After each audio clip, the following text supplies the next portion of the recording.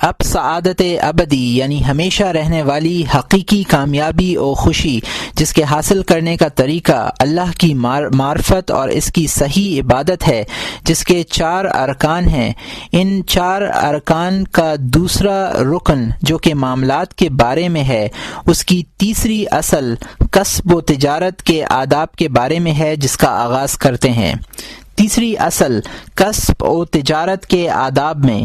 اے عزیز یہ بات جان کہ دنیا راہ آخرت کی منزل ہے اور آدمی کو کھانے پینے کی حاجت ہے، اور کھانا پینا بے کسب ممکن نہیں، تو کسب کے آداب بھی جاننا چاہیے، کیونکہ جو شخص اپنے آپ کو ہمتاً دنیا کمانے میں مصروف کرے گا وہ بدبخت ہوگا، اور جو شخص خدا پر توکل کر کے اپنے آپ کو بالکل آخرت کے کام بنانے میں مصروف کرے گا وہ نیک بخت ہے۔ لیکن درمیانہ درجہ یہ ہے کہ آدمی دنیا کمانے میں بھی مصروف ہو اور آخرت کے کام بنانے میں بھی، مگر مقصود آخرت ہی ہو، اور دنیا کمانا فقط آخرت کے کام بنانے میں فراغت حاصل ہونے کے لیے ہو۔ کسب کے وہ احکام و آداب جن کا جاننا ضروری ہے ہم 5 بابوں میں بیان کرتے ہیں۔ پہلا باب کسب کی فضیلت اور ثواب کے بیان میں، اے عزیز جان کہ اپنے آپ کو اور اہل و عیال کو لوگوں سے بے پرواہ رکھنا اور کسب حلال سے ان کی کفالت کرنا راہ دین میں جہاد کرنا ہے اور بہت سی عبادات سے افضل ہے۔ ایک دن جناب سرور کائنات علیہ افضل الصلاۃ والسلام تشریف فرما تھے۔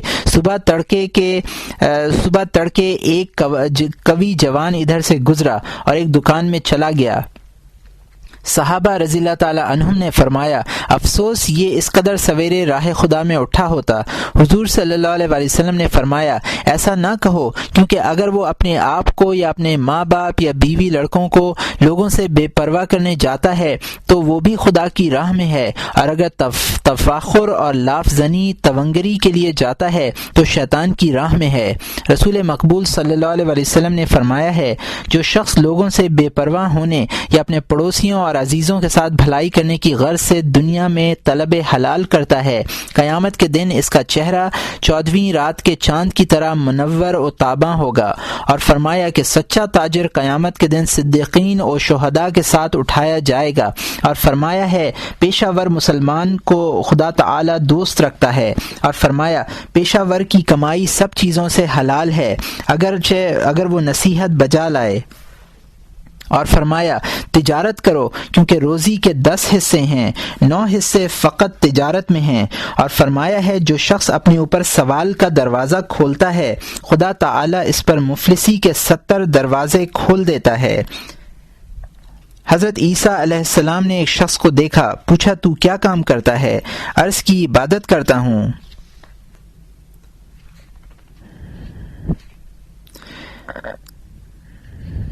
پوچھا روزی کہاں سے کھاتا ہے؟ عرض کی میرا ایک بھائی ہے وہ مجھے روزی مہیا کر دیا کرتا ہے۔ حضرت عیسیٰ علیہ السلام نے فرمایا تیرا بھائی تجھ سے زیادہ عابد ہے۔ حضرت عمر رضی اللہ تعالی عنہ نے فرمایا ہے کسب نہ چھوڑو اور یہ نہ کہو کہ حق تعالی روزی دیتا ہے، کیونکہ خدا تعالی آسمان پر سے سونا چاندی نہیں بھیجتا، یعنی اس بات کی اسے قدرت ہے، مگر کسی ہیلے سے روزی دینا اس کی عادت ہے۔ حضرت لقمان حکیم نے اپنے بیٹے کو نصیحت کی کہ بیٹا کسب نہ چھوڑنا، کہ جو شخص لوگوں کا محتاج ہوتا ہے اس کا دین تنگ ہو جاتا ہے، عقل ضعیف ہو جاتی ہے، مروت زائل ہو جاتی ہے، لوگ اسے حقارت کی نظر سے دیکھتے ہیں۔ ایک بزرگ سے لوگوں نے پوچھا عابد بہتر ہے یا تاجر امانت دار؟ اس بزرگ نے فرمایا تاجر امانت دار بہتر ہے کہ وہ جہاد میں ہے، کیونکہ شیطان ترازو اور لین دین کے پردے میں اس کا درپے رہتا ہے لیکن وہ اس کے خلاف کرتا ہے۔ حضرت عمر رضی اللہ تعالی عنہ فرماتے تھے میں کسی جگہ اپنی موت کو اس سے زیادہ دوست نہیں رکھتا کہ بازار میں اپنے اہل عیال کے لیے طلب حلال میں مصروف ہوں اور میری موت آ جائے۔ حضرت امام حنبل رحمۃ اللہ علیہ سے لوگوں نے پوچھا آپ اس شخص کے بارے میں کیا فرماتے ہیں جو عبادت کے لیے مسجد میں بیٹھ رہے اور کہے خدا مجھے رزق دے گا؟ امام صاحب نے فرمایا وہ جاہل ہے، شرع نہیں جانتا، اس لیے کہ رسول مقبول صلی اللہ علیہ وسلم نے فرمایا کہ خدا تعالی نے میری روزی میرے نیزے کے سائے میں رکھی ہے، یعنی جہاد کرنے میں۔ اور اوزائی نے حضرت ابراہیم ادم قدس سرہ کو دیکھا کہ لکڑیوں کا ایک گٹھا گردن پر اٹھائے ہیں۔ پوچھا آپ کا یہ کسب کب تک ہوگا؟ آپ کے مسلمان بھائی آپ کے اس رنج و تکلیف کو دور کر سکتے ہیں۔ فرمایا چپ رہو کہ حدیث شریف میں ہے کہ جو کوئی طلب حلال کے لیے ذلیل جگہ کھڑا ہوگا اس کے لیے بہشت واجب ہو جاتی ہے۔ سوال: اگر کوئی یہ کہے کہ حضور رسالت مآب صلی اللہ علیہ وسلم نے فرمایا ہے ما اوحی الی اجمع المال وکن من التاجرین ولكن اوحی الی ان سبحوا بحمد ربک وکن من الساجدین واعبد ربک حتی یاتیک الیقین، یعنی خدا مجھ سے یہ نہیں فرماتا کہ مال جمع کر اور سوداگروں میں سے ہو، بلکہ یہ فرماتا ہے کہ تسبیح کر اپنے پروردگار کی اور سجدہ کرنے والوں میں سے ہو اور اپنے پروردگار کی عبادت کر آخر عمر تک۔ یہ اس امر کی دلیل ہے کہ عبادت کرنا کسب سے بہتر ہے۔ جواب یہ ہے کہ تجھے معلوم ہو جائے کہ جو شخص اپنے اور اپنے بیوی بچوں کے لیے کافی مال رکھتا ہو اس کے لیے بالاتفاق عبادت کسب سے بہتر ہے، اور جو کسب حسب کفایت اور ضرورت کی مقدار سے زیادہ طلبی کے لیے ہو اس میں کچھ فضیلت نہیں بلکہ اس میں نقصان ہے اور دنیا سے دل لگانا ہے۔ ایسا کسب سب گناہوں کا سردار ہے، اور وہ شخص جو مال نہیں رکھتا مگر مال سولے سے اس کی بسر اوقات ہوتی ہے اسے کسب نہ کرنا اولا ہے، اور یہ 4 قسم کے لوگوں کے لیے ہے۔ ایک وہ شخص جو ایسے علم میں مشغول ہو جس سے لوگوں کو دینی نفع ہو، مثلا اعلام شرعیہ یا علوم شرعیہ یا دنیا کا فائدہ ہو جیسے علم طب۔ دوسرا وہ شخص جو عہدہ قضا اور وقف و مصالح خلق میں مشغول ہو۔ تیسرا وہ شخص جو اس خانقاہ میں جو عابدوں کے لیے وقف ہو بیٹھ کر اوراد و عبادات ظاہری میں مشغول رہے۔ چوتھا وہ شخص جو اس کے باطن میں صوفیائے حالات و مکاشفات کا راستہ کھلا ہو۔ ایسے لوگوں کو کسب معاش نہ کرنا اولا ہے۔ تو اگر ان کی روزی لوگوں کے ہاتھ سے پہنچتی ہو اور ایسا زمانہ ہو کہ بے سوال کیے اور بے احسان مانے لوگ خود ایسے نیک کاموں میں رغبت رکھتے ہوں تو اس صورت میں کسب معاش نہ کرنا بہتر ہے۔ حکایت: پچھلے زمانے میں ایک بزرگ تھے، ان کے 360 دوست تھے۔ وہ بزرگ ہمیشہ عبادت میں مشغول رہتے اور سال بھر ہر رات ایک دوست کے مہمان رہتے۔ ان کے دوستوں کی یہ عبادت تھی کہ انہیں فارغ البال رکھتے۔ ہر امر اس وجہ سے تھا کہ خیر کا دروازہ لوگوں پر کھلا رہے۔ ایک بزرگ کے 30 دوست تھے، مہینے بھر ہر رات ایک دوست کے پاس رہتے، لیکن جب ایسا زمانہ ہو کہ بے سوال کیے اور ذلت اٹھائے لوگ دینے کی طرف راغب نہ ہوں تو اپنی بسر اوقات کے لیے کسب کرنا بہتر ہے، کیونکہ سوال کرنا برا ہے اور بضرورت حلال ہوتا ہے۔ مگر وہ شخص جو عظیم المرتبہ ہو، اس کے ذریعے سے بہت فائدہ ہو اور تلاش روزی میں اس کی تھوڑی سی ذلت ہو، تو اس وقت ہم کہہ سکتے ہیں کہ ایسے شخص کے لیے کسب معاش نہ کرنا اولا ہے۔ لیکن وہ شخص جس سے ظاہری عبادت کے سوا اور کوئی فیض و فائدہ نہیں ہوتا اسے کسب کرنا اولا ہے، اور جو شخص عین کسب معاش میں دل خدا کے ساتھ مشغول رکھتا ہے اس کے لیے کسب معاش بہتر ہے، کیونکہ یاد خدا سب عبادتوں کی حقیقت ہے اور کسب معاش میں بھی وہ دل خدا کے ساتھ مشغول رکھ سکتا ہے۔ دوسرا باب علم کسب میں تاکہ شرائط شرعیہ کے مطابق ہو۔ اے عزیز جان کہ یہ ایک بہت بڑا باب ہے، ہم نے اس کا بیان کتاب فقہ میں کیا ہے۔ اس باب میں بقدر حاجت بیان کرتے ہیں تاکہ لوگ ضروری مسائل جان لیں اور اگر کچھ مشکل درپیش ہو تو پوچھ سکیں۔ جو اس قدر بھی نہ جانے وہ حرام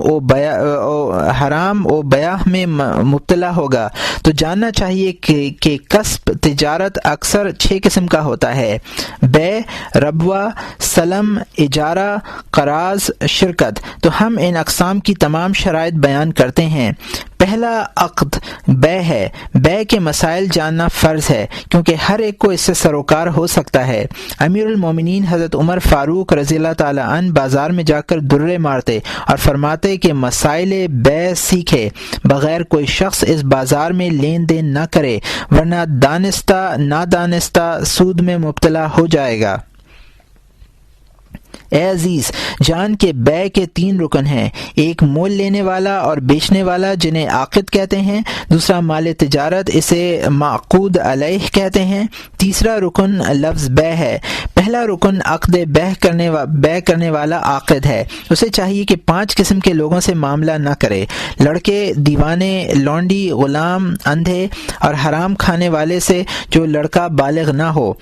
امام شافعی رضی اللہ تعالیٰ عنہ کے نزدیک اس کی بے باطل ہے، گو ولی کے حکم سے ہو، اور دیوانے کا بھی یہی حکم ہے۔ آدمی جو کچھ ان سے مول لے گا وہ اگر ضائع ہو جائے تو مول لینے والے پر تاوان ہوگا، اگر انہیں کچھ دے گا تو اس کا تاوان ان سے نہیں لے سکتا، کیونکہ اس نے خود انہیں دے کر مال ضائع کیا۔ اور لونڈی غلام کی بے اس کی مال کی اجازت کے بغیر باطل ہے۔ قصاب، نان بائی وغیرہ جب تک مالک سے اجازت نہ لے تب تک انہیں غلام لونڈی سے معاملہ کرنا درست نہیں، یا کوئی عادل خبر دے یا شہر میں مشہور ہو کہ اس کو اس کے مالک نے معاملہ کرنے کی اجازت دی ہے، تو اگر مالک کی اجازت کے بغیر ان سے کچھ لیں گے تو ان پر تاوان ہوگا، اور اسے کچھ دیں گے تو جب تک وہ آزاد نہ ہو جائے اس سے تاوان نہیں مانگ سکتے۔ اندھے کا کیا ہوا معاملہ باطل ہے، مگر اس صورت میں کہ ایک وکیل بینا مقرر کرے، وہ جو کچھ لے گا اس پر تاوان لازم نہیں آئے گا، کیونکہ وہ مکلف اور آزاد ہے۔ حرام کھانے والے جیسے ترک، ظالم، چور، سود دینے والے، شراب بیچنے والے، ڈاکو، گویے، نوحہ خوانی کرنے والے، جھوٹی گواہی دینے والے اور رشوت کھانے والے، ان سب کے ساتھ معاملہ درست نہیں۔ اگر لین دین کرے اور تحقیق ہو کہ ان سے کچھ خریدا ہے، انہی کی ملک ہے تو حرام نہیں، درست ہے۔ اگر یقین ہو کہ جو چیز لی وہ ان کی ملک نہیں تو معاملہ باطل ہے، اور مشتبہ ہو تو پھر یہ دیکھے کہ اگر زیادہ مال حلال ہے، تھوڑا حرام کا مال ہے تو معاملہ درست ہے، تاہم شبہ سے خالی نہیں۔ اگر زیادہ حرام کا مال ہے، تھوڑا سا مال حلال ہے تو ہم ظاہراً معاملے کو حرام نہیں کہہ سکتے، یہ شبہ حرام کے قریب ہے اور اس کا خطرہ بہت بڑا ہے۔ یہود اور نصارہ کے ساتھ اگرچہ معاملہ کرنا درست ہے، لیکن قرآن شریف میں ان کے ہاتھ بطور ہدیہ نہ دے، یہود اور نصارہ کے ہاتھ قرآن شریف ہدیہ نہ کرے، یعنی نہ بیچے، اور مسلمان لونڈی غلام ان کے ہاتھ نہ فروخت کرے، اگر حربی ہو تو ہتھیار بھی ان کے ساتھ نہ بیچے، کہ یہ معاملہ ظاہر مذہب کی روح سے باطل ہے اور بیچنے والا گناہگار ہوگا۔ اہل اباحت بے دین ہیں، ان کے ساتھ لین دین باطل ہے، ایسے لوگوں کا قتل کرنا اور مال لے لینا حلال ہے،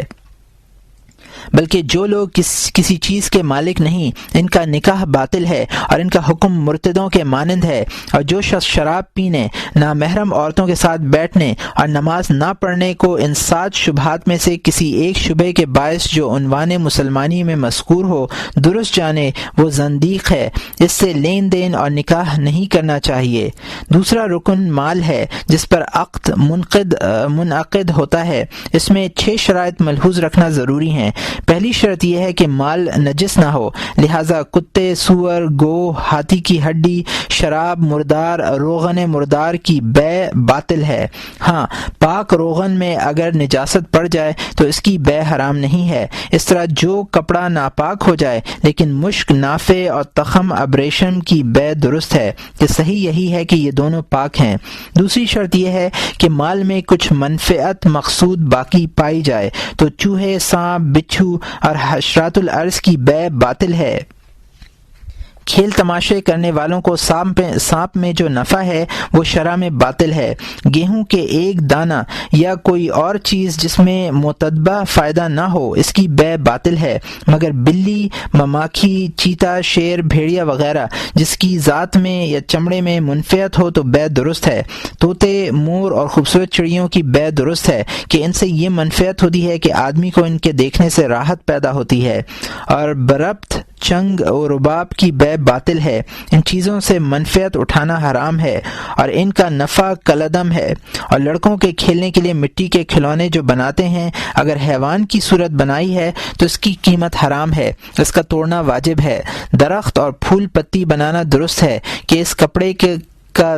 تکیہ بچھونا درست ہے، جس طباق اور کپڑے میں تصویر ہو اس کی بے درست ہے کہ اس کپڑے کا تکیہ بچھونا بنانا درست ہے، پہننا درست نہیں ہے۔ تیسری شرط یہ ہے کہ مال بیچنے والے کی ملکیت ہو، کیونکہ اگر دوسرے کا مال بے اجازت بیچے گا تو بے باطل ہے، گو خاوند کا مال ہو خواہ باپ یا بیٹے کا ہو، اگر بیچنے کے بعد مالک نے اجازت دی تو بھی بے درست نہ ہوگی کہ پہلے سے اجازت چاہیے۔ چوتھی شرط یہ ہے کہ ایسی چیز بیچے جو مول لینے والے کو حوالے کر سکے، تو جو لونڈی غلام بھاگ گیا ہو، اور جو مچھلی پانی میں ہو، اور چڑیا ہوا میں، اور بچہ پیٹ میں، اور نطفہ گھوڑے کے پیٹھ میں ہو، اس کی بے درست نہیں، کیونکہ اس کا فوراً حوالے کر دینا بیچنے والے کے اختیار میں نہیں، اور جو بال جانور کی پیٹھ یا جو دودھ تھن میں ہو اس کی بے بھی باطل ہے، کیونکہ جب تک حوالہ کرے گا نیا دودھ جو پیدا ہوتا ہے اس میں یہ دودھ مل جائے گا، اور مرتہن کی اجازت کے بغیر رہن میں رکھی ہوئی چیز کی بے بھی باطل ہے، اور اس لونڈی کی بے بھی باطل ہے جو بچے کی ماں بن چکی ہے، یعنی ولدہ، کیونکہ وہ مشتری خریدنے والے کے حوالے نہیں کی جا سکتی۔ نیز وہ لونڈی جس کا بچہ چھوٹا ہو، اس بچے کو علیحدہ کر کے صرف لونڈی کی بے یا لونڈی کے بغیر صرف بچے کی بے بھی منع ہے، کیونکہ ان دونوں ماں بیٹے میں جدائی ڈالنا حرام ہے۔ پانچویں شرط عین مال، اس کی مقدار اور اس کی صفت و حالت بھی معلوم ہونا بے کے لیے ضروری ہے۔ عین مال نہ جاننے کی صورت میں یہ ہے کہ مثلا کہے کہ اس ریوڑ میں سے ایک بکری یا اس گٹھری میں سے ایک تھان جو تو چاہے گا دوں گا، اس طرح کی بے باطل ہے۔ اگر فروخت کرنا چاہتا ہے تو چاہیے کہ الگ کر کے اس کی طرف اشارہ کر کے فروخت کرے، اور اگر یہ کہے کہ اس سرزمین میں سے 10 گز میں نے تیرے ہاتھ فروخت کر دی، جس طرف سے چاہے لے لے، تو یہ بے بھی باطل ہے۔ مقدار معلوم کرنے کی وہاں ضرورت ہے جہاں مال آنکھ سے نہ دیکھا ہو، مثلا فروخت کرنے والا کہے میں نے تیرے ہاتھ اتنے کو فلاں چیز فروخت کی جتنے کو فلاں نے فروخت کی، یا فلاں چیز کے ہم وزن سونے اور چاندی کے عوض، اور عین دشمن دونوں کی مقدار معلوم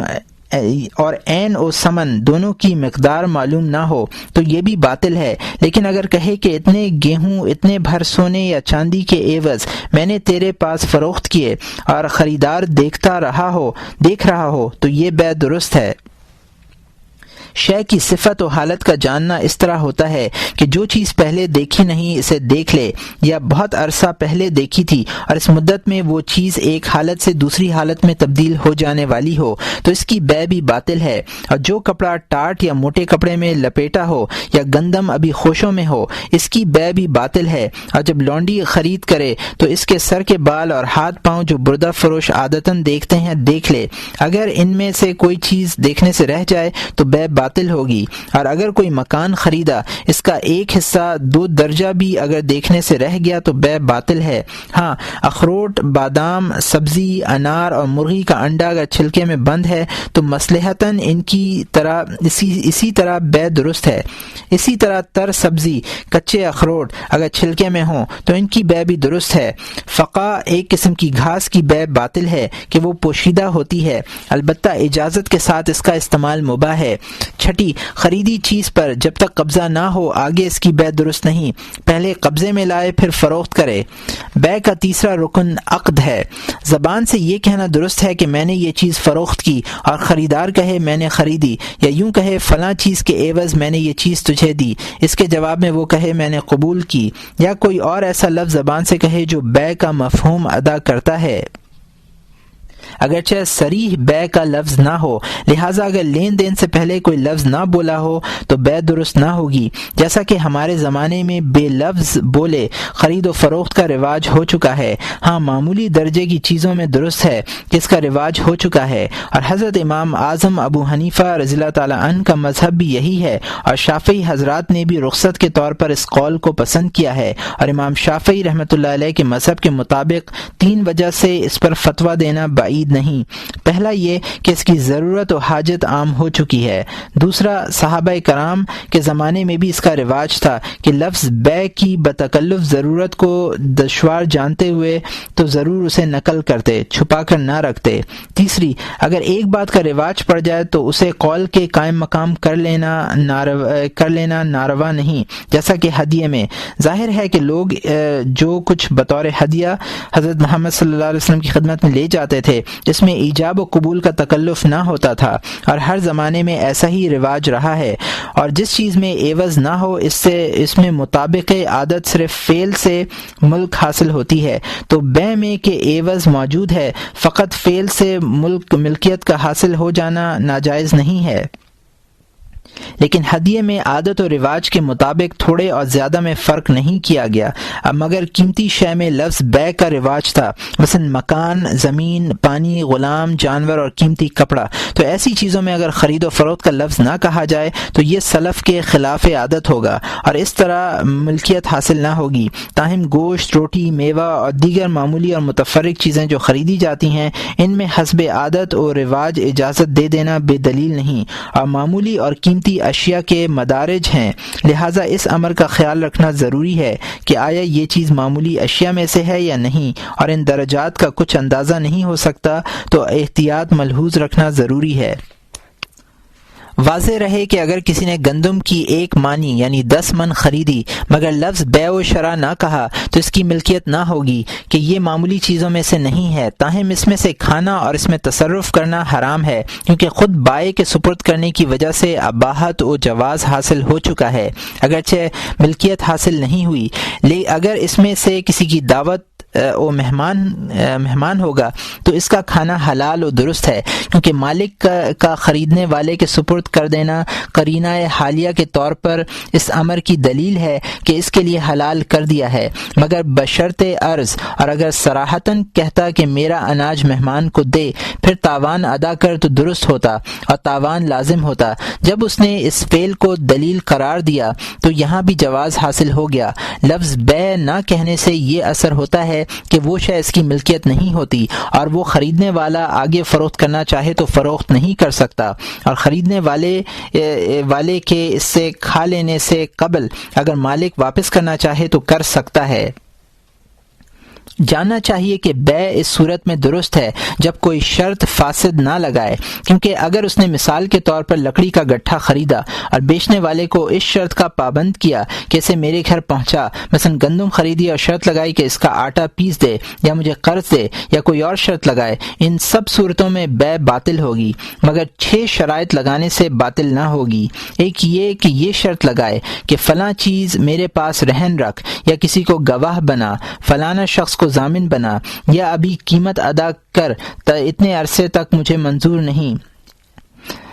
یا 3 دن یا اس سے کم میں ہم دونوں کو بیع فسخ کرنے کا اختیار ہے، 3 دن سے زیادہ کا اختیار نہیں۔ چھٹے یہ کہ غلام اس شرط پر خریدے کہ وہ لکھنا یا کوئی پیشہ جانتا ہو، تو ایسی شرائط بیع کو باطل نہیں کرتی۔ دوسرا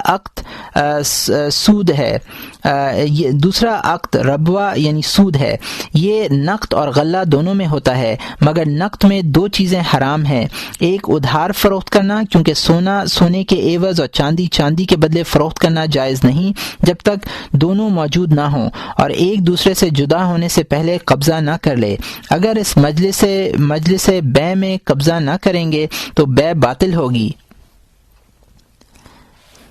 دوسرے یہ کہ سونے چاندی کے عوض فروخت کرے تو اس میں زیادتی حرام ہے، اور اس دینار کو جو ثابت ہو اس دینار یا پیسے کے عوض فروخت کرنا درست نہیں جو ثابت نہ ہو، اور کھوٹے کے عوض زیادتی کے ساتھ بھی فروخت نہ کرنا چاہیے، بلکہ کھرا، کھوٹا اور سالم و شکستہ برابر ہونا چاہیے۔ اور اگر کوئی کپڑا سالم دینار سے خریدا اور پھر اسے ٹوٹے ہوئے دینار یا اس کی مقدار پیسوں سے فروخت کر دیا تو درست ہے اور مقصود حاصل ہو جاتا ہے۔ اور ہریوا کے سونے کو جس میں چاندی ملی ہوتی ہے کھرے سونے چاندی سے فروخت نہیں کرنا چاہیے اور نہ ہی ہریوا کے سونے کے عوض فروخت کرنا چاہیے، بلکہ چاہیے کہ درمیان میں کوئی چیز اور بھی ہو، یا جس نقرہ یا طلائی چیز کا سونا چاندی کھرا نہ ہو اس کا بھی یہی حال ہے۔ اسی طرح اگر موتی کی لڑکی میں سونا ہو تو اس کو سونے کے عوض فروخت کرنا درست نہیں۔ اسی طرح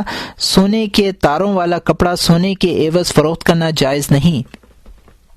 مگر جب کہ کپڑے میں زر قیمت کے برابر اور جلانے کے بعد اتنا ہی سونا نکلے اور اگر اناج کی دو جنسیں ہوں تو بھی اناج کے عوض ادھار فروخت کرنا جائز نہیں، بلکہ ایک ہی مجلس میں دونوں پر قبضہ کرنا ضروری ہے، اور ایک ہی جنس ہو جیسے گندم کے عوض گندم فروخت کی تو بھی ادھار جائز نہیں اور نہ ہی زیادتی کے ساتھ جائز ہے، بلکہ ناپ میں برابر ہو، تول میں برابر ہونا بھی کفایت نہیں کرتا، بلکہ ہر شے کی برابری اور مساوات اس کے حال کے مطابق دیکھی جائے گی۔ جس انداز کی عادت ہو تو قصاب کو گوشت کے عوض بکرا دینا، نان بائی کو روٹی کے عوض گندم دینا، تیلی کو تیل کے عوض ثابت تیل دینا اور ناریل دینا جائز نہیں، اور نہ ہی یہ بیع درست ہے اور نہ منعقد ہوگی۔ اور جو شخص بیع تو نہ کرے مگر اس ارادے سے دے کہ اس کے عوض روٹی لے تو اس کا کھانا مباح اور جائز ہے، مگر یہ روٹی اس کی ملکیت نہ ہوگی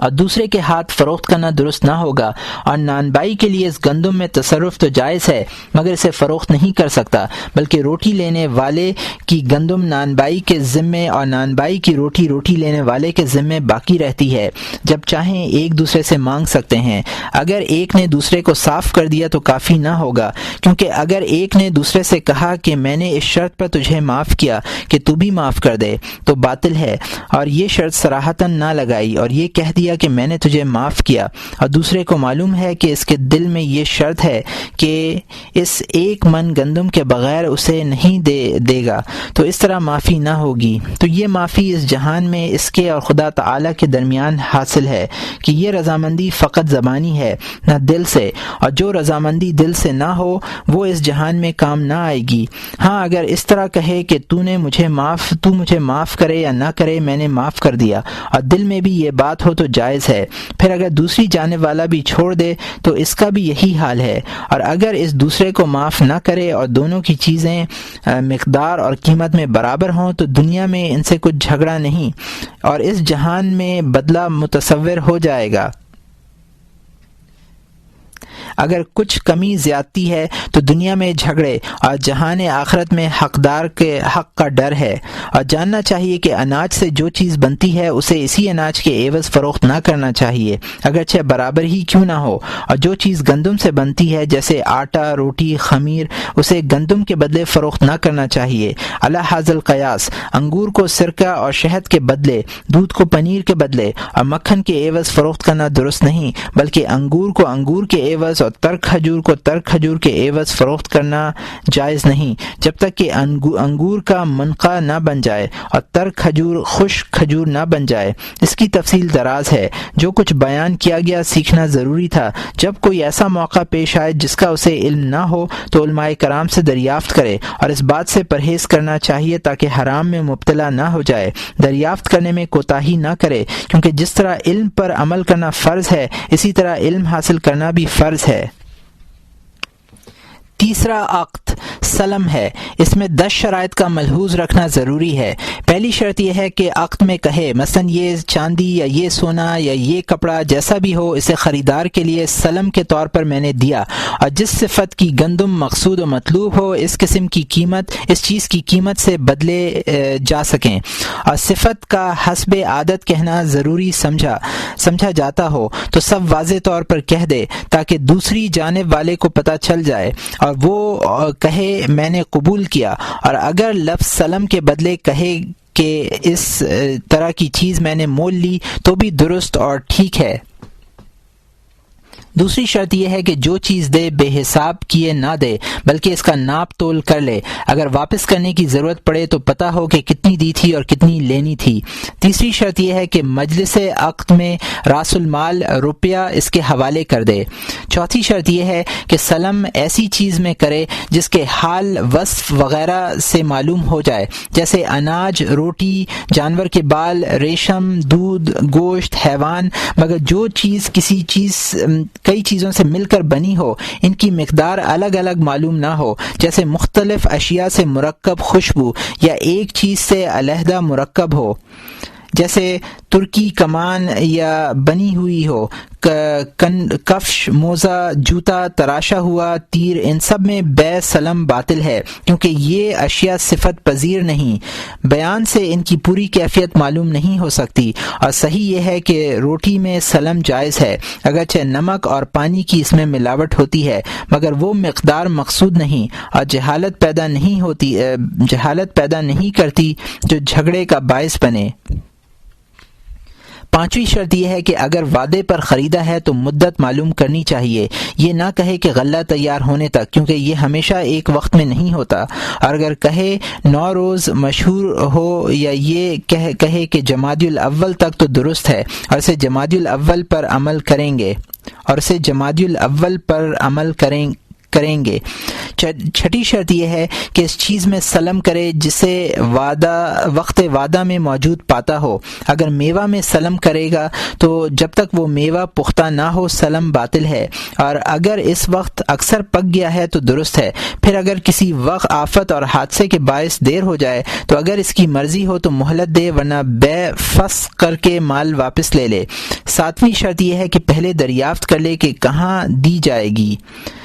شہر یا گاؤں میں جہاں سپرد کرنا ممکن ہو وہ جگہ مقرر کر لے تاکہ اس کے خلاف نہ ہو اور نہ ہی جھگڑا پیدا ہو۔ آٹھویں شرط یہ ہے کہ کسی معین کی طرف اشارہ نہ کرے اور یہ نہ کہے کہ اس باغ کے انگور یا اس زمین کے گیہوں کہ یہ باطل ہے۔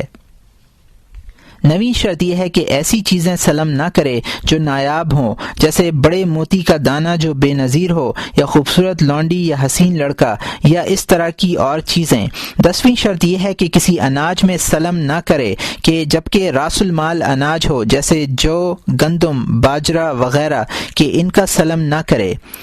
چوتھا عقد اجارہ ہے، اس کے 2 رکن ہیں، ایک اجرت، دوسرا منفعت یعنی منافع۔ پہلا رکن اجرت، عقد اور لفظ عقد کا وہی حکم ہے کہ جو کہ بیع میں مذکور ہوا، اور اجرت کا حال بھی معلوم ہونا ضروری ہوتا ہے، جیسا کہ مسائل بیع میں بیان کیا جا چکا ہے۔ اگر کوئی مکان تعمیر پر کرائے کو دے تو جائز اور درست نہیں، کیونکہ تعمیر نامعلوم ہے، اور اگر یہ کہہ دے کہ مثلا 10 درہم صرف کر کے تعمیر کرائے تو یہ بھی درست نہیں، کہ تعمیر فی نفس ہی مجہول چیز ہے، اور جو قصاب کے بکرا صاف کرتا ہے اس کی مزدوری میں کھال دینی، اور پس ہاری کی پسائی میں چوکر، بھوسی یا ذرا سا آٹا دینا درست نہیں۔ جو چیز مزدور کے کام کرنے سے حاصل ہوتی ہے اس میں سے مزدوری دینی جائز نہیں ہے، اور اگر یہ کہے کہ یہ دکان میں نے مہینے بھر کے لیے 1 دینار کرائے پہ تجھے دی تو یہ امر بھی ناجائز ہے، کیونکہ اجارے کی مدت معلوم نہیں ہوئی۔ یہ کہنا چاہیے کہ 1 سال یا 2 سال کے لیے کرائے پر دی، تاکہ اجارے کی ساری مدت معلوم ہو جائے۔ دوسرا رکن منفعت یعنی منافع ہے، واضح ہو کہ جواہر مباح اور معلوم ہو، اور اس میں کچھ محنت و مشقت ہو، اور اس میں نیابت کی بھی گنجائش ہو، اس میں اجارہ درست ہے، مگر 5 شرائط ملحوظ رکھنا ضروری ہے۔ پہلی شرط یہ ہے کہ اس عمل میں قدر و قیمت اور رنج و محنت ہو۔ اگر کوئی دکان کے سنوارنے کے لیے کرائے پر لے، یا کپڑا سکھانے کے لیے درخت یا سونگھنے کے لیے کوئی سیب کرائے پر لے، یہ اجارہ باطل ہے، کیونکہ ان کاموں کی کچھ قدر و قیمت نہیں۔ یہ گندم کے لیے ایک دانہ فروخت کرنے کی طرح ہے۔ اگر کوئی آڑتی یا دلال ایسا شان و شوکت والا ہو کہ اس کی ایک ہی بات سے مال فروخت ہو جاتا ہو، اس کی مزدوری مقرر کر دے تاکہ وہ ایک بات کہہ دے اور مال بک جائے، تو یہ اجارہ باطل ہے اور مزدوری حرام ہے، کہ اس میں کوئی مشقت و محنت نہیں، بلکہ آڑتی اور دلال کے لیے اس وقت مزدوری حلال ہوتی ہے جب اسے بہت سی باتیں کرنی پڑیں،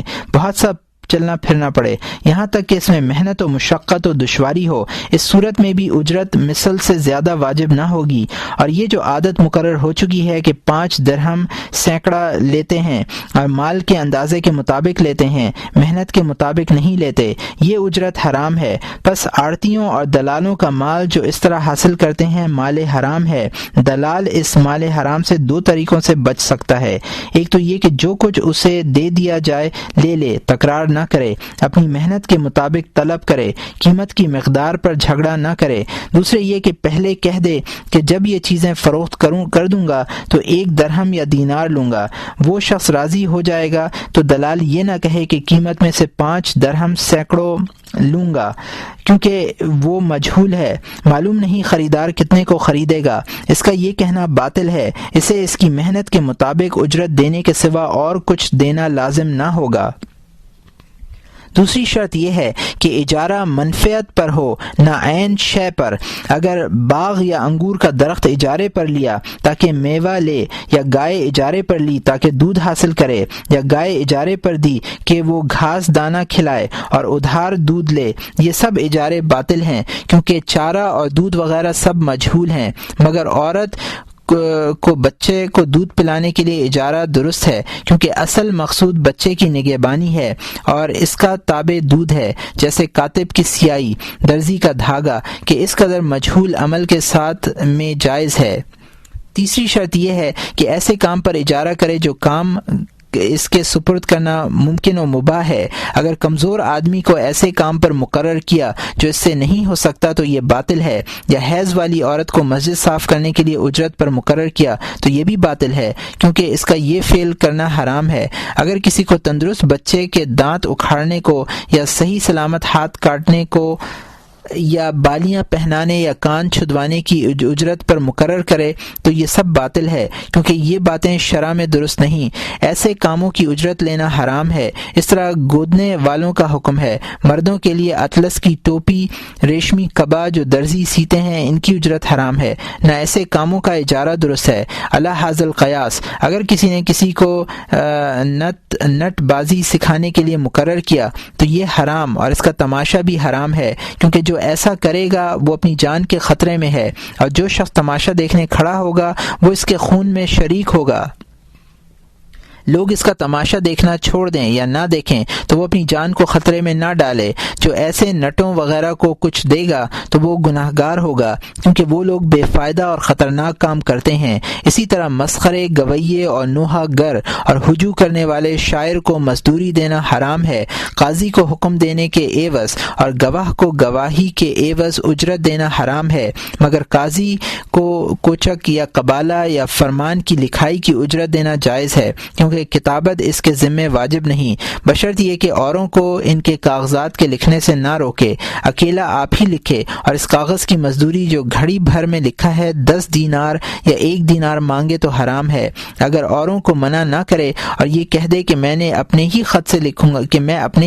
لکھوں گا اور 10 دینار لوں گا تو اس صورت میں جائز اور درست ہے۔ اگر کوئی اور لکھے اور یہ فقط دستخط یا مہر لگائے اور اس کا معاوضہ طلب کرے اور کہے کہ یہ مجھ پر لازم اور ضروری نہیں تو یہ حرام ہے،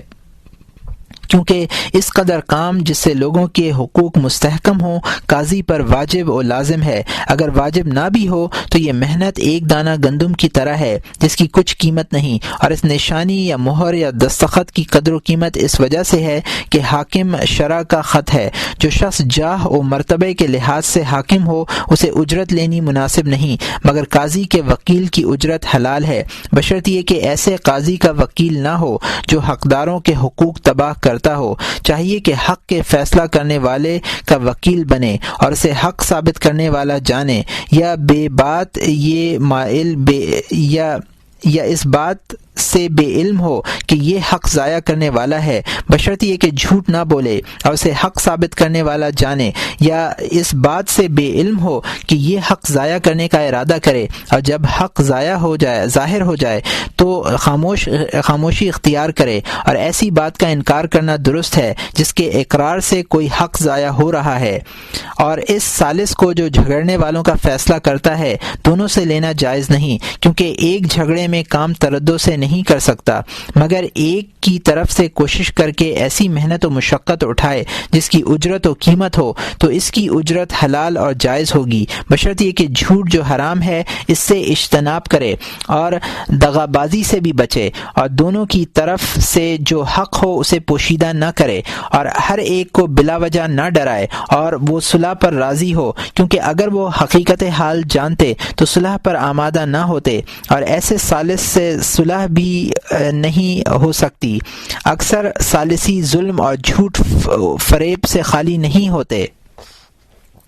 یہ اجرت حرام ہے۔ جب ثالث جان لے کہ ایک فریق کا حق درست ہے تو اسے یہ جائز نہیں کہ حقدار کو کسی ہیلے بہانے سے ایسی بات پر مجبور کرے کہ وہ حق سے کم پر صلح کر لے۔ ہاں، اگر یہ جانتا ہو کہ یہ اس پر ظلم کرے گا تو اس طریقے سے ڈرائے تاکہ وہ اس برے ارادے سے باز آ جائے، اس میں اسے اجازت ہے۔ اور جس پر دیانت مخالف ہو اور جانتا ہے کہ جو بات وہ زبان پر لائے گا اس کا حساب اس سے لیا جائے گا، کیوں اس طرح کہا اور کس بنا پر کہا، صحیح کہا یا جھوٹ، اور اس بات میں اچھا ارادہ رکھتا تھا یا برا، تو ممکن نہیں کہ ایسے شخص سے ثالثی یا وکالت یا حکم وقوع پذیر ہو۔ لیکن وہ شخص جو امیروں سے کسی کام میں سعی اور کوشش کر کے اجرت وصول کرتا ہے تو یہ درست کرتا ہے، بشرط یہ کہ ایسا کام کرے جس میں وقت، دقت اور تکلیف ہو، فخر و جاہ اور اپنے اثر و رسوخ کی اجرت و قیمت وصول نہ کرے۔ اور جس کام میں اجرت لینا درست ہے اس میں گفتگو اور سعی اور کوشش کرے۔ اگر ظالم کی فتح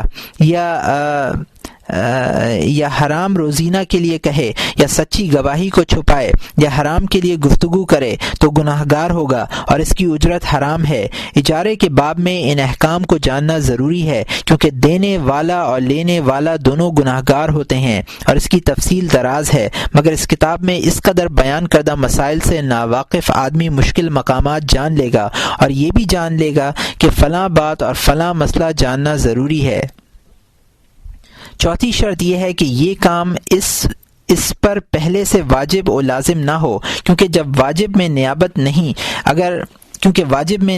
نہیں۔ اگر نمازی کو جہاد کے لیے اجرت دے کر مقرر کیا تو درست نہیں، کیونکہ جب وہ صف جنگ میں جائے گا تو خود اس پر لڑنا ضروری ہو جائے گا۔ قاضی اور گواہ کی اجرت بھی اس بنا پر درست نہیں کہ کسی کو نماز یا روزے کے لیے اجرت ادا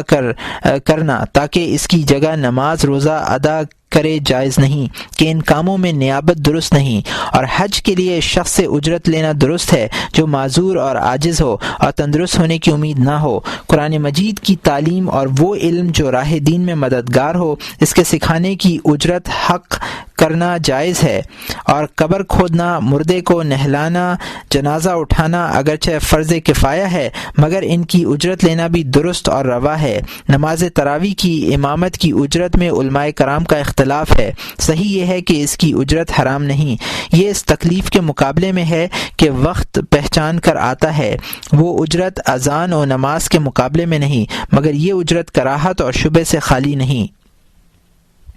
پانچویں شرط یہ ہے کہ عمل معلوم ہو۔ جب کوئی جانور کرائے پر لے تو اسے دیکھ لینا چاہیے اور کرایہ والا معلوم کر لے کہ کتنا بوجھ اور کب سوار ہوگا اور کتنے دن اسے اس کام میں مصروف رکھے گا، اور اس باب میں جو عرف و عادت ہو وہی کافی ہے۔ اگر زمین ٹھیکے پر لے تو یہ کہنا ضروری ہے کہ میں فلاں چیز کاشت کروں گا، کیونکہ چنے کی کاشت کرنے سے زمین کو گندم کے کاشت کرنے کی نسبت زیادہ نقصان پہنچتا ہے۔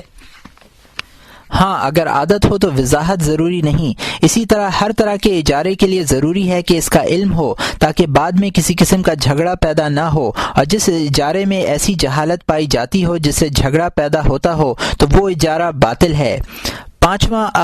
عقد قراض ہے۔ اس کی 3 رکن ہیں۔ پہلا رکن سرمایہ ہے، چاہیے کہ سرمایہ نقد ہو جیسے چاندی اور درہم وغیرہ، کپڑا اور سامان وغیرہ نہ ہو۔ نیز چاہیے کہ وزن بھی معلوم ہو اور کام کرنے والے کے حوالے کرے۔ اگر مالک یہ شرط لگائے کہ اس میں سے اپنے پاس رکھوں گا تو درست نہیں۔ دوسرا رکن نفع ہے، چاہیے کہ جو کچھ عامل کو ملے وہ اس کے علم میں ہو، مثلا نصف ہے یا تیسرا حصہ۔ اگر کہے کہ 10 درہم میرے یا تیرے ہیں اور باقی مال ہم تم آپس میں بانٹ لیں گے تو یہ باطل ہے۔ تیسرا رکن عمل ہے، اور شرط یہ ہے کہ وہ تجارت کا عمل ہو، یعنی خرید و فروخت ہو، نہ کہ پیشہ وری۔ اگر گندم نان بائی کو دے کے روٹی پکا کر نفع کے 2 حصے کرے تو یہ درست نہیں، اور تیلی کو اس صورت پر دے تو وہ بھی درست نہیں۔ اگر تجارت میں یہ شرط لگائے کہ فلاں کے سوا اور کسی کے ہاتھ فروخت نہ کرے یا فلاں کے سوا اور کسی سے نہ خریدے تو یہ شرط بھی باطل ہے۔ نیز ہر وہ بات جو معاملہ بیع و شرع وغیرہ میں تنگی پیدا کرتی ہے اس کی شرط کرنا بھی درست نہیں۔ اور عقد قراض یہ ہے کہ یوں کہے کہ یہ مال میں نے تجھے دیا تاکہ تو تجارت کرے، ہم تم آدھا آدھا بانٹ لیں گے۔ وہ کہے میں نے اسے قبول کیا، جب عقد ہو جائے گا تو عامل کام کرنے والا خرید و فروخت میں اسی کا وکیل متصور ہوگا۔ مالک کو اختیار ہے جب چاہے معاملے کو فسخ کر دے۔ جب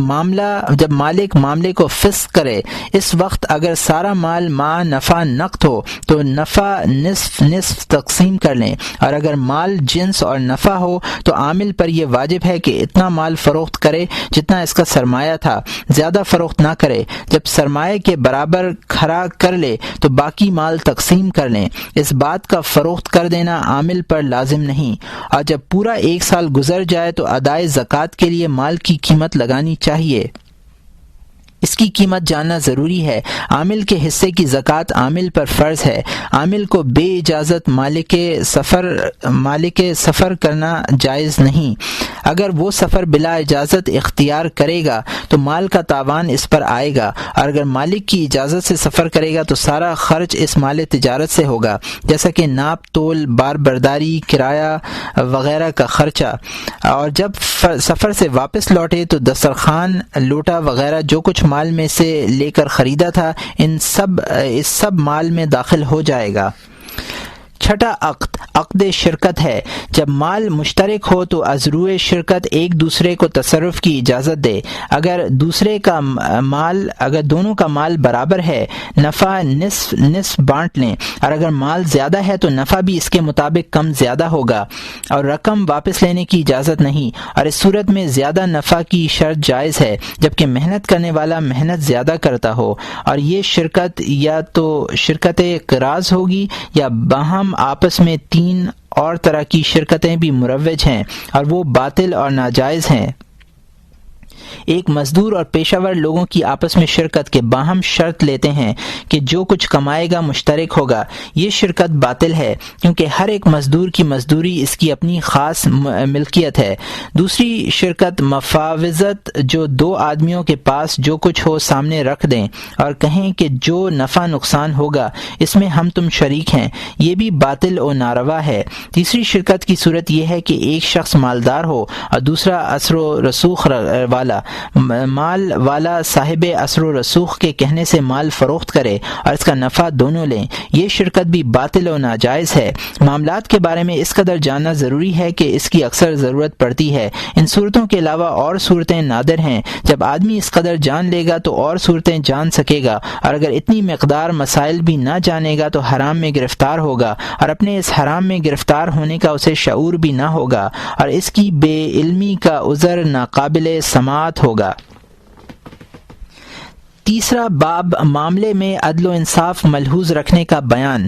جاننا چاہیے کہ یہ جو کچھ ہم نے بیان کیا ہے ظاہر شرع کے مطابق معاملے کے درست ہونے کی شرائط تھیں۔ بہت سے معاملات و مسائل ایسے ہیں جن میں فتویٰ ہم تو یہی دیں گے کہ یہ معاملہ شرعاً درست ہے، لیکن اس معاملے کا مرتکب خدا تعالی کی لعنت میں گرفتار ہوگا، اور یہ وہ معاملہ ہوتا ہے جس میں مسلمانوں کو تکلیف و اذیت پہنچتی ہو۔ یہ 2 قسم ہے، ایک عام ایک خاص۔ عام کی 2 صورتیں ہیں۔ پہلی صورت احتکار، یعنی غلہ خرید کر اس نیت سے ذخیرہ کر لینا کہ جب مہنگا ہوگا تو فروخت کر دوں گا۔ ایسے ذخیرے اندوز کو محتکر کہتے ہیں اور محتکر لعنت کا مستحق ہے۔ حضور نبی کریم صلی اللہ علیہ وسلم نے فرمایا ہے، جو شخص 40 روز اس نیت سے اناج رکھ چھوڑے کہ مہنگا ہوگا تو فروخت کروں گا، وہ اگر تمام اناج خیرات کر دے گا تو بھی اس کا کفارہ نہ ہوگا۔ نیز ارشاد فرمایا، جو شخص 40 دن اناج ذخیرہ کر کے رکھ چھوڑے خدا تعالیٰ اس سے بیزار ہے،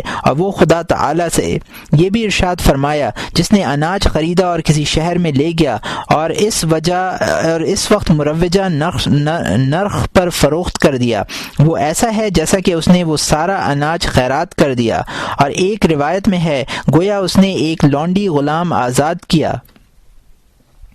حضرت علی کرم اللہ وجہہ کا فرمان ہے، جو شخص 40 دن اناج رکھ چھوڑے گا اس کا دل سیاہ ہو جائے گا۔ آپ کو کسی شخص نے ایک ذخیرہ اندوز کی خبر دی، آپ نے فرمایا جا کر اسے آگ لگا دو۔ سلف صالحین میں سے کسی نے اپنے وکیل کے ہمراہ فروخت کے لیے غلہ بصرے بھیجا۔ جب وکیل بصرے پہنچا تو اتفاق سے وہاں غلہ بہت سستا ہو چکا تھا۔ وکیل ایک ہفتہ وہاں ٹھہرا، اس کے بعد دگنی قیمت پر وہ غلہ فروخت کیا، اور اس بزرگ کو جس کا غلہ تھا خط لکھا کہ میں نے ایسا کام کیا۔ اس بزرگ نے جواب میں لکھا، میں نے اس تھوڑے نفع پر قناعت کر لی تھی جو دین کی سلامتی کے ساتھ ہو۔ تیرا ایسا کرنا مناسب نہ تھا، زیادہ نفع کے عوض تو نے دین برباد کر دیا۔ یہ کام جو تو نے کیا بڑا گناہ ہے، اب تیرے لیے مناسب ہے کہ سارا مال خیرات کر دے تاکہ اس گناہ کا کفارہ ہو جائے، اور شاید ایسا کرنے کے باوجود ہم اس فعل بد کی نحوست سے نہ چھوٹ سکیں۔ جاننا چاہیے کہ اس فعل کے حرام ہونے کا باعث و سبب مخلوق خدا کو ضرور نقصان رسانی کا ارادہ و عمل ہے، کیونکہ روزی سے انسان کی زندگی وابستہ ہے۔ اگر کثرت سے لوگ غلے کی خرید و فروخت کریں تو مباح اور درست ہے، اور اگر ایک ہی آدمی خرید کر کے ذخیرہ کرے تو باقی لوگوں کو دستیاب نہ ہوگا۔ اس کی مثال ایسے ہے جیسے کوئی شخص مباح پانی کو روک لے تاکہ لوگ پیاس سے تنگ آ کر زیادہ قیمت دے کر خریدیں۔ ایسی نیت سے اناج خریدنا بھی گناہ ہے۔ ہاں، اگر غلہ ایک شخص کی اپنی ملک ہے تو اسے اختیار ہے، جب چاہے فروخت کرے، اسے جلدی فروخت کر دینا لازم نہیں، اگرچہ تاخیر نہ کرنا اولیٰ اور بہتر ہے۔ لیکن اگر اس کے دل میں یہ خواہش ہو کہ غلہ گراں ہو تو فروخت کروں، تو اس کی یہ خواہش ایک بری خواہش ہے۔ دوائیں وغیرہ جن کا اکثر و بیشتر ضرورت و حاجت نہیں پڑتی، انہیں گراں ہونے کی نیت سے رکھ چھوڑنا حرام نہیں ہے، لیکن اناج کو اس نیت سے ذخیرہ کرنا حرام ہے۔ اور وہ چیزیں جو ضرورت و حاجت میں اناج کے قریب ہیں، جیسے گھی، گوشت وغیرہ، ان میں علماء کا اختلاف ہے۔ صحیح یہ ہے ایسا کرنا بھی ان کے نزدیک کراہت سے خالی نہیں، اگرچہ اناج کے درجے سے کم برا ہے۔ البتہ اناج کا ذخیرہ کرنا بھی اس کو ممنوع ہے جب تک کہ اس کی قلت ہو، اور اگر ہر سال آسانی سے دستیاب ہو جاتا ہے تو جمع کرنا حرام نہیں، کہ اس طرح کے جمع کرنے میں کسی کا نقصان نہیں۔ بعض علماء نے کہا ہے کہ اس صورت میں بھی حرام ہے، مگر صحیح یہ ہے کہ مکروہ ہے، کیونکہ کچھ نہ کچھ گرانی کا خیال ضرور ہوتا ہے، اور لوگوں کی تکلیف کا منتظر رہنا بری بات ہے۔ سلف صالحین نے 2 قسم کی تجارت مکروہ قرار دی ہے، ایک اناج کی، دوسری کفن کی، کیونکہ لوگوں کی تکلیف اور موت کا منتظر رہنا بہت بری بات ہے۔ 2 اور پیشوں کو بھی برا جانتے تھے، ایک قصاب کا پیشہ کہ اس سے دل سخت ہوتا ہے، دوسرے سنار کا پیشہ کہ یہ زینت کا سبب ہے۔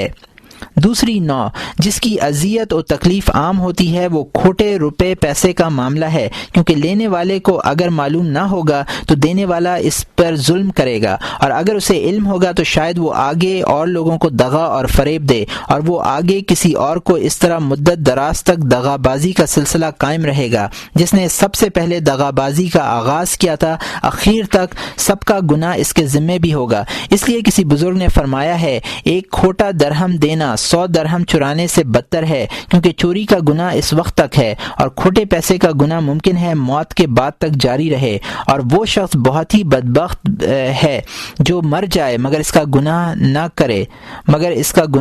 کرے، اور اس گناہ کا 100 برس تک موجود رہنا ممکن ہے، اور ایسے شخص کو قبر میں عذاب ہوتا رہے گا جس کے ہاتھ سے اس گناہ کی ابتدا ہوئی تھی۔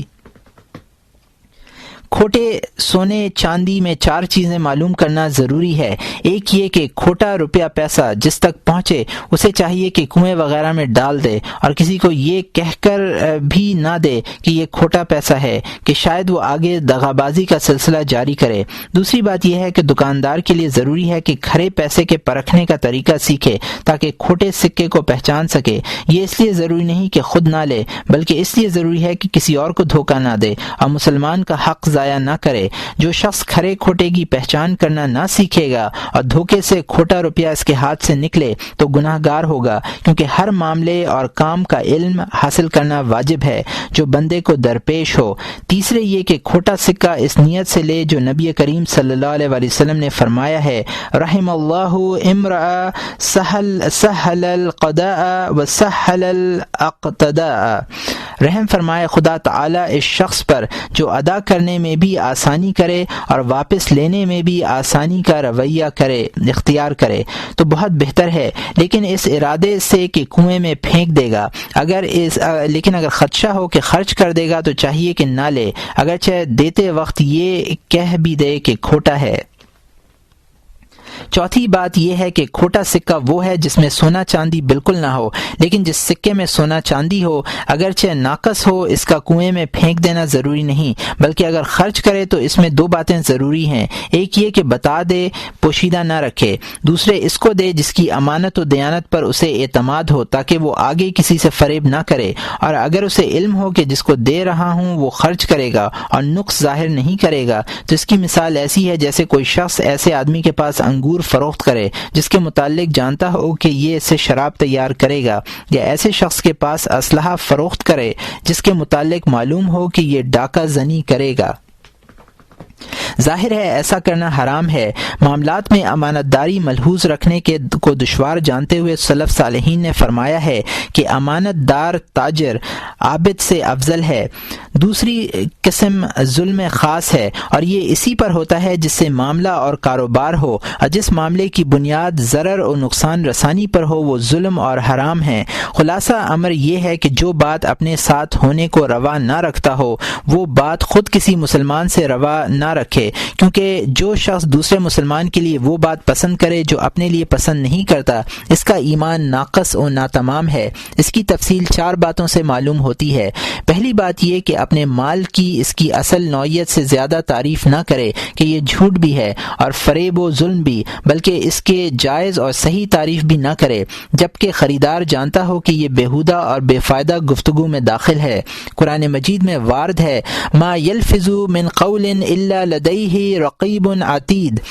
انسان زبان سے کوئی بات نہیں لاتا مگر اس کے پاس ایک منتظر نگہبان تیار بیٹھا ہوتا ہے۔ تو انسان جو کچھ زبان سے کہتا ہے اس کے متعلق دریافت کیا جائے گا، کیونکہ اس وقت بیہودہ گفتگو کرنے والے کے پاس کوئی عذر نہ ہوگا، اور قسم کھانا اگرچہ جھوٹی ہو تو گناہ کبیرہ ہے، اگر سچی ہو تو معمولی کام کے لیے خدا کا نام لینا بے حرمتی میں داخل ہے۔ اور حدیث میں وارد ہے ان تاجروں پر افسوس ہے جو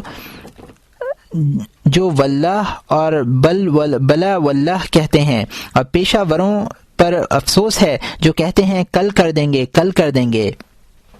حدیث شریف میں ہے جو شخص اپنا مال قسم کے ذریعے فروخت کرے اور اسے رواج دے خدا تعالیٰ قیامت کے دن اس پر نگاہ رحمت نہ ڈالے گا۔ حکایت: حضرت یونس بن عبید رحمۃ اللہ علیہ ریشم کی تجارت کرتے تھے مگر اس کی صفت اور تعریف نہ کرتے۔ ایک دن جامد دان سے ریشم نکال رہے تھے کہ ان کے شاگردوں نے کہا اے اللہ مجھے بہشتی لباس عطا فرما۔ آپ نے اس کی یہ بات سنتے ہی جامد دان رکھ دیا اور ریشم فروخت نہ کیا، اور ڈر گئے کہ یہ کلمہ اپنے مال کی تعریف میں داخل نہ ہو جائے۔ دوسری بات یہ ہے کہ خریدار سے اپنے مال کا کوئی عیب و نقص پوشیدہ نہ رکھے، بلکہ اس کے متعلق سب کچھ دیانتداری اور سچائی سے کہہ دے۔ اگر چھپائے گا تو یہ خیانت ہوگی اور یہ خیر خواہی کو نظر انداز کرنے کی بات ہوگی، اور یہ شخص ظالم و گناہ گار ہوگا۔ اگر کپڑے کی اچھی طرف دکھائی یا اندھیری جگہ میں کپڑا دکھایا تاکہ اچھا نظر آئے، یا جوتے اور موزے کا اچھا پیر دکھایا، تو ایسی تمام صورتوں میں وہ ظالم و خائن متصور ہوگا۔ ایک دن حضور نبی کریم صلی اللہ علیہ وآلہ وسلم ایک شخص کے پاس سے گزرے جو گندم فروخت کر رہا تھا۔ آپ نے گندم کے ڈھیر کے اندر جو دست مبارک ڈالا تو دیکھا کہ اندر سے گندم تر ہے۔ آپ نے فرمایا یہ کیا ہے؟ اس نے عرض کی کہ بھیگی ہوئی ہے۔ آپ نے فرمایا تر گندم خشک گندم سے الگ کیوں نہ کی؟ من غشنا فلیس منا، یعنی جو ہم سے دغابازی کرتا ہے وہ ہم میں سے نہیں ہے۔ ایک شخص نے 300 درہم سے اونٹ فروخت کیا، اس کے پاؤں میں کوئی عیب تھا۔ حضرت واصلہ بن لامقہ رضی اللہ عنہ جو صحابہ کرام میں ہیں اتفاق سے وہاں کھڑے تھے اور عیب بتا دینے کی بات سے بے خبر تھے۔ جب آپ کو معلوم ہوا کہ خریدار پر عیب ظاہر نہیں کیا گیا تو خریدار کے پیچھے دوڑے اور اس کو بتایا کہ اس کے پاؤں میں عیب ہے۔ وہ شخص واپس آیا اور 300 درہم واپس لے لیے۔ فروخت کرنے والے نے کہا کہ آپ نے میرا یہ سودا کیوں خراب و تباہ کیا؟ آپ نے فرمایا اس لیے کہ میں نے رسول اللہ صلی اللہ علیہ وآلہ وسلم سے سنا ہے کہ آپ فرماتے تھے یہ حلال اور جائز نہیں کہ انسان کوئی چیز فروخت کرے اور اس کا عیب ظاہر نہ کرے، اور پاس موجود ہونے والے کے لیے بھی حلال نہیں کہ عیب کا پتہ ہو مگر خریدار کو نہ بتائے۔ آپ نے یہ بھی فرمایا کہ رسول اکرم صلی اللہ علیہ وآلہ وسلم نے ہم سے بیعت لی کہ مسلمانوں سے خیرخواہی کا رویہ اختیار کرنا اور ان سے شفقت سے پیش آنا اور عیب چھپا رکھنا خیرخواہی کے خلاف ہے۔ معلوم ہونا چاہیے کہ ایسا معاملہ اور ایسی سچی تجارت بڑی دشوار بات ہے اور بہت بڑا مجاہدہ ہے۔ اس میں دو طرح آسانی پیدا ہو سکتی ہے، ایک یہ کہ عیبدار مال خرید ہی نہ کرے، اور اگر خریدے تو دل میں اس کا عہد کرے کہ بوقت فروخت عیب ظاہر کر دے گا۔ اگر کسی نے اسے ٹھگ لیا تو یہ خیال کرے کہ یہ نقصان مجھے ہی پہنچا، آگے دوسروں کو نقصان پہنچانے کا ارادہ نہ کرے۔ جبکہ خود دغاباز انسان پر لعنت کرتا ہے تو دوسروں کی لعنت اپنے اوپر نہ ڈالے۔ اصل بات یہ ہے کہ اس بات کا یقین رکھے کہ دغابازی سے رزق کم زیادہ نہیں ہو سکتا، بلکہ الٹا مال سے برکت ختم ہو جاتی ہے اور بہتری جاتی رہتی ہے، اور عیاری اور فریب سے انسان جو کچھ کماتا ہے اچانک ایسا واقعہ پیش آتا ہے کہ وہ سب کچھ تباہ اور ضائع ہو جاتا ہے اور فریب و عیاری کا گناہ ہی باقی رہ جاتا ہے۔ اور اس شخص کا سا حال ہو جاتا ہے جو دودھ میں پانی ملایا کرتا تھا، ایک بار اچانک سیلاب آیا اور اس کی گائے کو بہا لے گیا۔ اس کے لڑکے نے کہا ابا جان بات یہ ہے کہ دودھ میں ملایا ہوا سارا پانی جمع ہوا اور سیلاب کی شکل اختیار کر کے گائے کو بہا لے گیا۔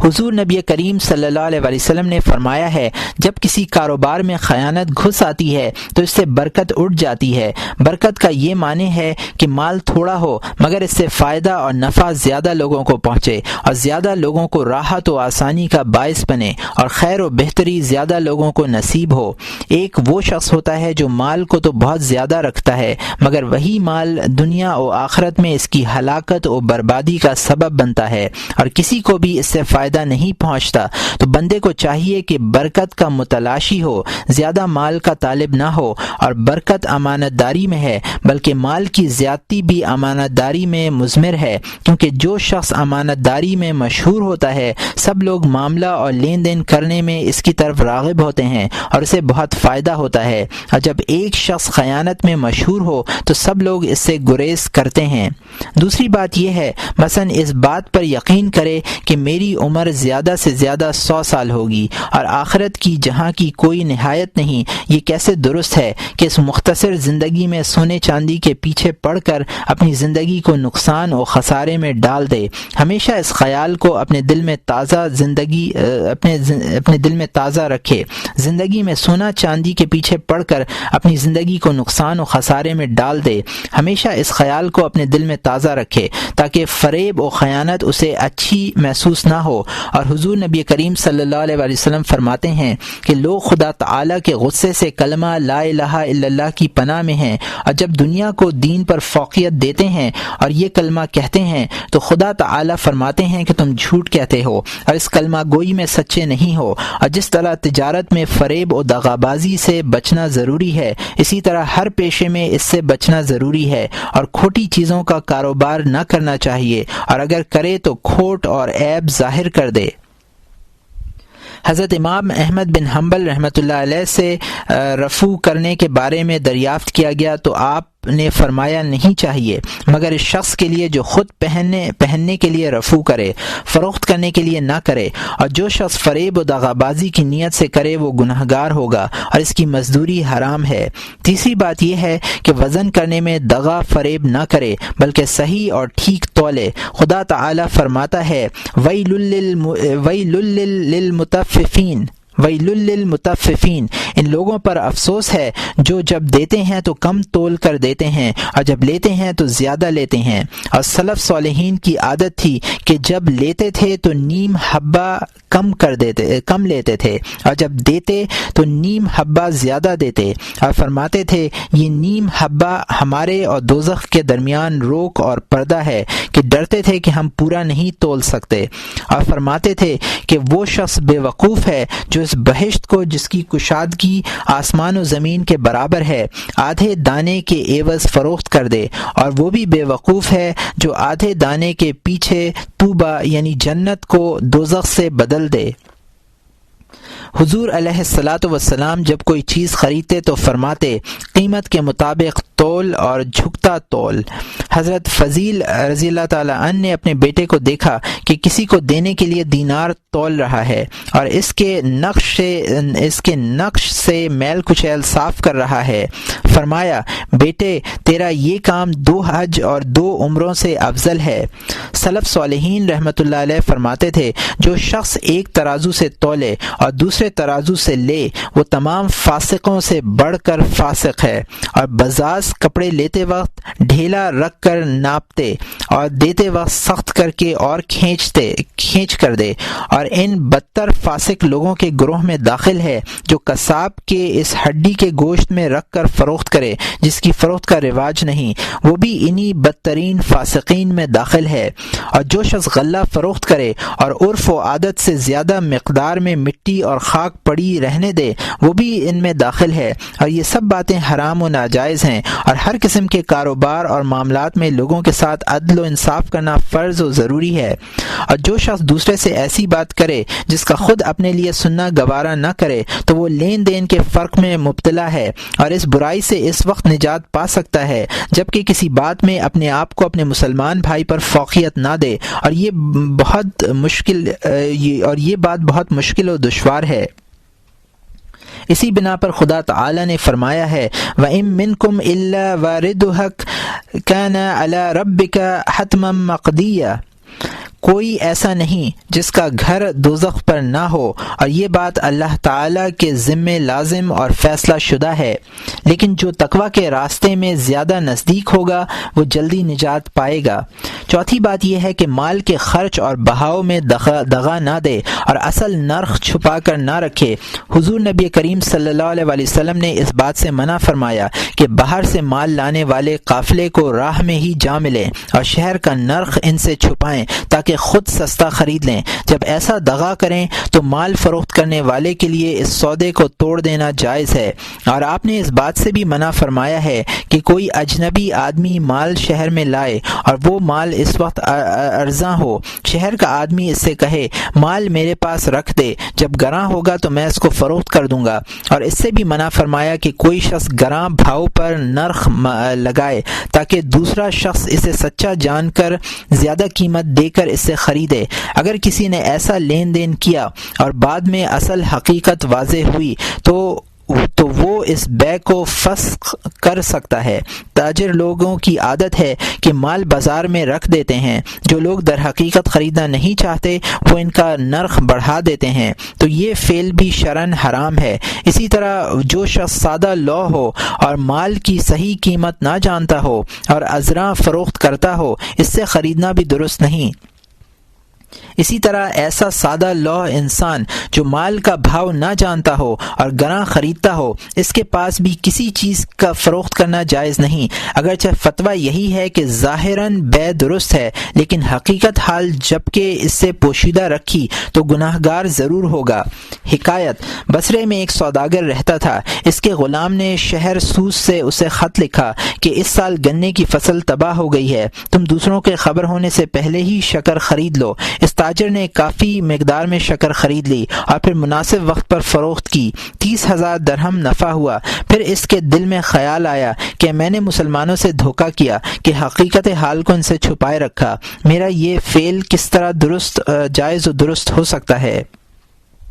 وہ 30,000 درہم اٹھائے جسے شکر خریدی تھی، اس کے پاس لے گیا اور کہا یہ 30,000 درہم در حقیقت تیرا مال ہے۔ اس نے دریافت کیا کس طرح؟ اس نے اصل حقیقت کا انکشاف کیا تو اس نے کہا میں نے یہ 30,000 درہم تجھے بخش دیے۔ وہ سوداگر جب واپس اپنے گھر آیا تو رات کو سوچا شاید فروخت کنندہ نے مجھ سے شرم کر کے ایسا کیا، میں نے فی الواقع اسے دغا کیا ہے۔ دوسرے دن پھر اس کے پاس گیا اور یہی بات جا کر کہی کہ یہ تمہارا مال ہے، اور بڑا اصرار کر کے وہ 30,000 درہم اسے واپس کر دیے۔ معلوم ہونا چاہیے کہ لین دین کرنے والے کو چاہیے کہ چیز کی